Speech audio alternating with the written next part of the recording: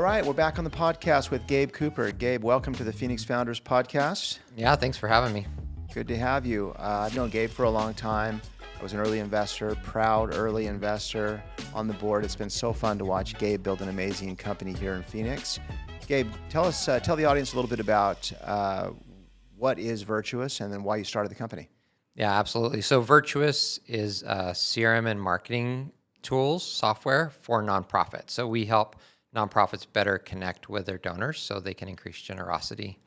So if you're familiar with HubSpot, it's like HubSpot for nonprofits is the easiest shorthand for people outside of our space. The why is I kind of developed a passion for generosity a decade ago and just realized that when people give to nonprofits, they're able to create this amazing impact in the world, but also something in the giver, the person who donates, shifts and they become less focused on themselves and more focused on their neighbor, which in the world we live in, which is sometimes a little bit selfish and polarized, I thought that was pretty special. But what we saw is in the nonprofit space, nonprofits have a hard time building personal relationships with their donors and inspiring generosity. Most nonprofits are doing marketing like 1950 style marketing where they send the same letter to every single person. And that drove us crazy. And so we kind of founded Virtuous with this idea that we could increase global generosity if we could just help nonprofits better connect with their donors. I love that. It's been a fun to see. So when did you start Virtuous? And I think that I have the perception that Virtuous evolved a little bit out of your agency business. And I think there's a lot of founders or prospective founders listening to this podcast that are considering, they're in a services business today, and so they develop knowledge about a particular industry and they want to turn that into a software company. So I'd love to hear about your the Brushfire story and how that led into Virtuous. Yeah, absolutely. I always will recommend to people, think about if you can do a services business and parlay that into product business. The reason is especially in a state like Arizona, sometimes the expectation is you're bootstrapping to like, I got to get a product and revenue. And if you're working 50 hours a week at Intel, just the idea of bootstrapping something on your nights and weekends without any money is really hard. But the cheat code is kind of if you have a consulting business or a services business, you have a way to pay yourself, pay your mortgage, and then set aside good chunks of hours and money to start building, right? And so I had a consulting business, software business called Brushfire, and I'd launched, Virtuous is my second company that we had launched out of that consulting business, but it allowed us to build a minimum viable product, get a bunch of customers without actually going out and raising money first. And so as a piece of advice for people thinking about that, the only hard part is shifting from a services mindset, like I get paid for an hour of work, to shifting to a product mindset of I'm going to scale something that's going to be more of a slow burn is a really hard shift to make. And so you almost have to do this magic where you can turn off your services consulting brain at noon every day and start thinking with a product SaaS brain for the remainder of the day, that's not trivial. And that's where a lot of the services companies that shift to product get stuck, as they end up somewhere in the muddy middle between those two businesses. Oh, wow. That really resonates. My own Campus Logic experience, we had a consulting business to pay the bills, and it wasn't until we actually shut the consulting business all the way off that we could lean into, like, make the DNA of the company be about software. That is a hard shift. I've seen people struggle to run both revenue models. How did you manage that transition, by the way? How did you transition out of Brushfire and full time into Virtuous here? Yeah, good question. My first thing is we're really a product company. We care deeply about product, and so the first employee of Virtuous actually wasn't me. It was the head engineer at my consulting company, where I went to him one day and I was like, "I'm firing you from this consulting business. You're hired at this new company because we have to build great product and I need you focused on that." And so actually, I think I may have been the third employee of Virtuous. So I had to just play this game where for probably a year, I was wearing both hats of both companies while I was building the product company, which is long hours. It's a really hard grind, but the outcome of that approach gave us this product and customers without ever having to raise money. But yeah, it was a bunch of balancing. I actually tried to hire a CEO to run the consulting business after I left, And I realized that I was still having to be really involved in that consulting business, having to do biz dev, and eventually shut it down for the same reason that you probably shut yours down, which is it's just a distraction at some point. Yeah, what was paying the bills becomes a distraction when That's you right. start to inflect. Um, And I think it's hard to know what point that is too. I do too. Yeah. I experienced that with Ubiquity and Iris, and I didn't really know what is the point at which this is a distraction versus a necessity. How did you know?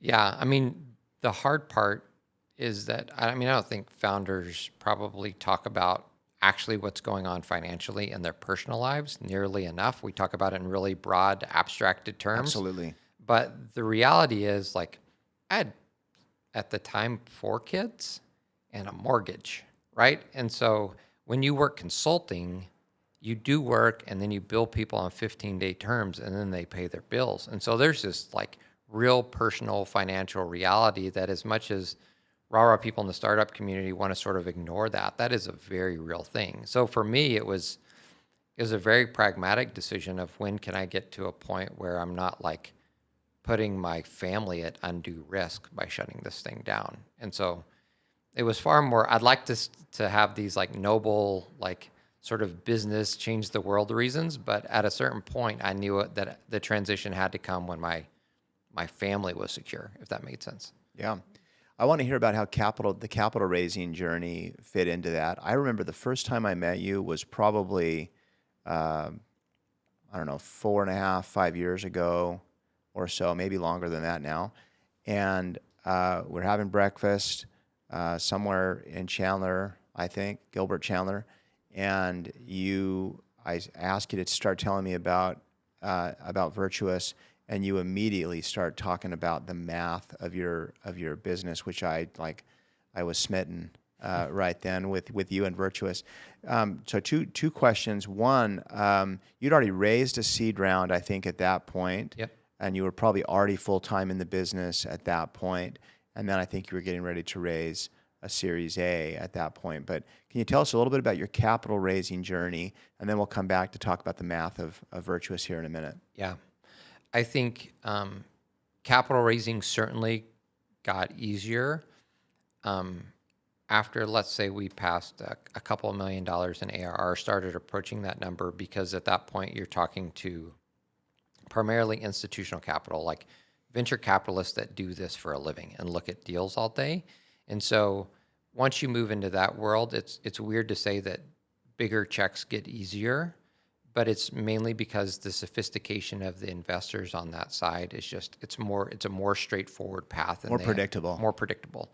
The hardest part for me was actually those seed rounds. And part of it was I had met several founders in the past that had taken really unsophisticated seed capital. Yes. From investors that didn't understand the business, and probably at really bad terms, probably even gave up too much of their business, or the capital was structured in a way where it created all these weird incumbencies on the business, which was really bad. And so I was super sensitive to that. So as I raised seed, I probably spent more time than I needed to, like vetting the who more than I vetted the how much, just because I wanted to make sure we had the right folks around the table. But ended up with, let's say 15, maybe like sort of core seed investors across 2 different tranches of capital that we brought in. Like, it was a lot of friends. I didn't do family because I knew it was going to be a roller coaster ride and I didn't want to invite my family on that roller coaster. But friends that I knew had my back. And as weird as it sounds, I knew they had enough money to where if they lost this money, it's not going to crush them. And it's a weird thing to say, but that's like, that factored into, like, I didn't want somebody to lose their house betting on my tech startup, right? These were sophisticated enough people to understand what they were investing in. That's right. But there was no in your seed round, there was no lead investor, right? This was probably more local angels. Is that what the group was? Local and angels friends? and just friends from around the country that did a lot of investing on the side. And yeah, some local angel money, but it ended up being great. And I kind of liked not having a lead. It sort of like disperses power, if that makes sense. And so as a founder, you still get to have some control over your business as long as you're doing the right things. And so I didn't really have sort of a formal board until we started raising institutional capital, which worked out way better for me. So was that seed round, you were kind of post-revenue Yes. when you took that seed money and you raised that money to push a little more growth and build more product, but you were still way less than $1 million in revenue. Is that kind of where you were Yes. when you raised that seed Yeah, round? I think the first time around we were, gosh, maybe 400, less than 400,000. No, the first one we were like maybe 100,000. Second one we were 400,000 in ARR. So we had enough validation, like we could braid 10 happy customers in front of somebody and say, hey, this is working. Something These people have a good thing to say. You know, we get checks. And so we had sort of proven, it certainly wasn't what I'd consider product market fit, but it was enough proof points for people to say, yeah, I'd place a bet on that. Can I drill down on the product market fit question? Product market fit is an interesting concept. I mean, you're in the 100 to 400K in revenue range. You've got 10 customers, but you still weren't sure you had product market fit. Yeah. And some people, I think some founders would think, hey, if I've got one customer and revenue, I think that's product market fit. So how do you think about product market fit, and what's the lesson for founders or prospective founders listening to the podcast? Yeah, for me, I have a much more strict and sober view of product market fit. Like, I need a sizable cohort of customers to get through at least one renewal cycle, and none of those customers can be people that I personally sold. So it's a weird set of rules, but basically I need a salesperson who's not me, who sold a bunch of customers, and I need them to renew at least 1 year. Because unless I know if they're going to renew, and they're going to renew not because they know me or there's a personal connection, but because there was a workable go-to-market process. They used it for a year. They loved it so much they're going to give us money again. Until that happens, I don't think you know if you have a thing. When did that happen for Virtuous? Before I really felt good about it, I bet we were 3 years into our journey before I really felt like we have a thing at this point. Yeah, those are really powerful criteria, and also an indication of kind of, I think, the engineer in you probably too, but yeah. You've got someone else who sold it, an indication this can be sold by somebody else and creates real value for somebody. There's usage, and there's renewal, and the customers themselves are unaffiliated. That's a pretty good list of what it takes to get product market fit. So you raised a little bit of seed because you seemed like you had something that was repeatable, something on both the product development side, the sales side, and that. What year was that, and then when did you raise your Series A? Oh gosh, it must have been, well, I'm bad with years. We were at least a year and a half in after our founding before we raised any seed money. So maybe 2017, 2018? Yeah, that's probably right. Yeah. And then Series A, you probably know 2019? that better than it. 2019, Yeah, 4 years ago. Yep. Yeah, I should be asking you the questions of the timing of my raises. Burned in my head, yeah. How'd the Series A come together? It's hard as an Arizona founder because if you're raising a Series B, all the Series B investors have data from Series A investors, so they know how to reach out to you, like they know that you're a thing. But at the Series A level, there's no good way for investors outside of Arizona to source those deals, right? There's like Crunchbase or whatever has limited data, and so you don't really know if somebody's been raising little seed rounds like I do. There's no good data point on that. And so it was more outbound for our Series A. I asked a lot of people I knew on the coast or who'd raised before, hey, who do you know? Who have you seen?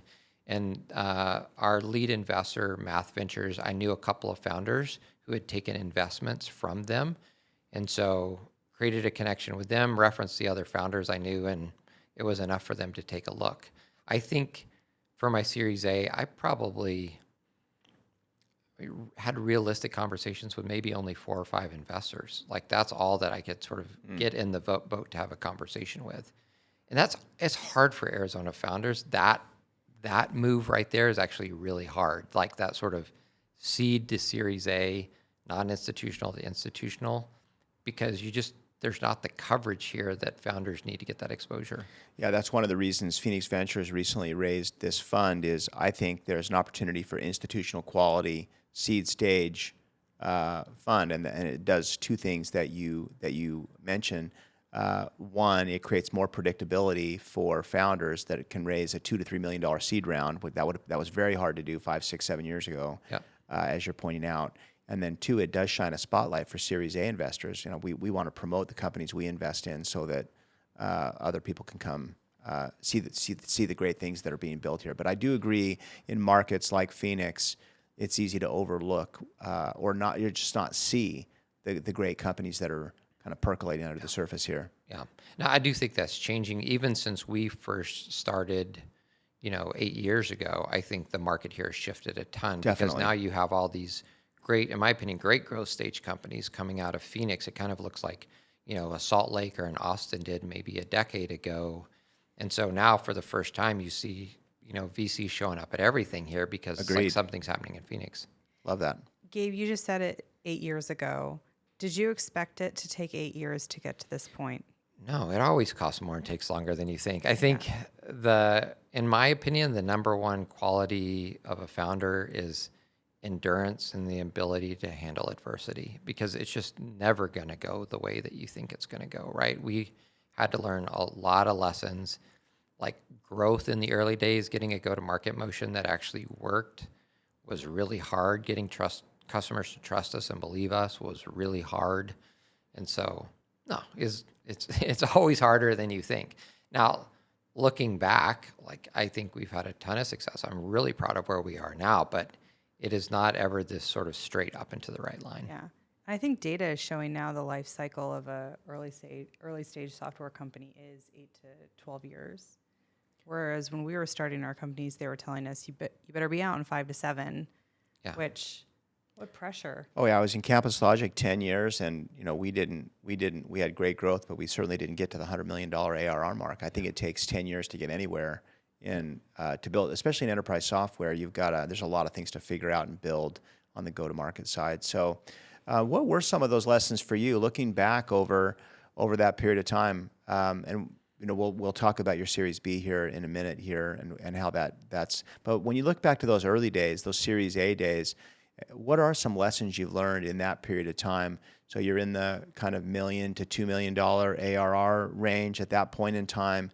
What were some early lessons you learned that probably you didn't anticipate, or things that surprised you, but you look back on that time and see some pretty valuable lessons? On the product front, I think for us specifically, we assumed that nonprofits would want to choose a bunch of different best-in-breed software and integrate it through our API. So we thought they deserve best-in-breed software. And it turns out a lot of nonprofits don't really want that. They want one vendor to go to, one person to trust, one throat to choke, and they want you to solve multiple problems for them. And so we underappreciated that. I think the thing I learned from that is I worked in the nonprofit space for a while, and I made a lot of assumptions based on my own personal experience, but it actually took me going out and talking to a lot of customers, sitting at a lot of conferences, hanging out with a lot of prospects before it finally dawned on me, oh shoot, the way we're thinking about this is wrong. And it completely changed our product roadmap and how we built out from there forward. You learned that you were abnormal, which is why you started a That's right. software company. Yeah, that's Yes. right. I'm like, well, maybe all these other nonprofits didn't have an entrepreneurial engineer making all the decisions. And so, which was a hard lesson, right? It's a lesson about really listening to your customers. The other one was, I remember in the early days, and Greg, you've probably said stuff like this to me before too, which is, as a CEO, you should spend a lot of your time focused on attracting and retaining great talent. And when there's only 10 people on the team, you just don't think that's a big deal, right? Because half the people you've hired were your Facebook friends or people you've known for 10 years. This is easy, right? But you pass this point where you run out of smart friends that are stupid enough to come work for you, right? and so that attracting and retaining great talent, I think we've made several missteps along the way and learned hard lessons. I think one of the hardest ones that, especially for founders who have begun to scale, that I know everybody's tripped on this, is you think there's this unicorn out there, the guy who used to be a VP at Twilio or something, and you get enamored with this person that you think because they've done it before, they're going to come in and be transformative to your business. And that's just That's not true most of the time. Right. The thing that's true is you need a smart person who gets your vision, who's willing to dig in and understand your product and market. They're smart enough to figure things out. They're curious, and they want to win, right? And sometimes that person might have worked at Meta or Google or Twilio, but a lot of times they didn't. And if you start paying big salaries to somebody who's worked at some scaled up company thinking they're going to come in and solve problems at a $5 million tech company, you're just going to be really disappointed. Yeah, they have to be a stage fit, a personality fit, a values fit. Yes. All those things are really hard. I do think that a lot of founders don't anticipate the time burden of being the chief recruiting officer like you're Yes. describing. You can't have great culture without being heavily involved in the recruiting as a founder CEO early on. You just have to do that, and it takes a ton of time. I know you spend a ton of time on that. 100%.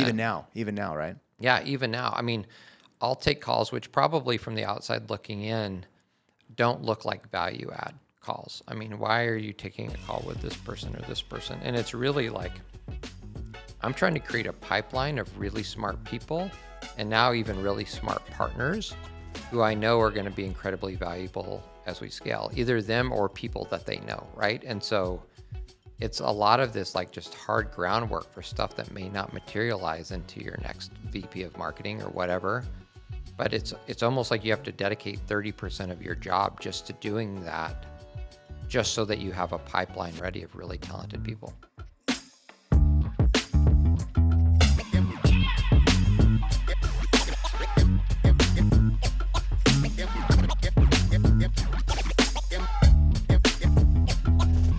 The Phoenix Founders Podcast is sponsored by Arizona Venture Development Corp.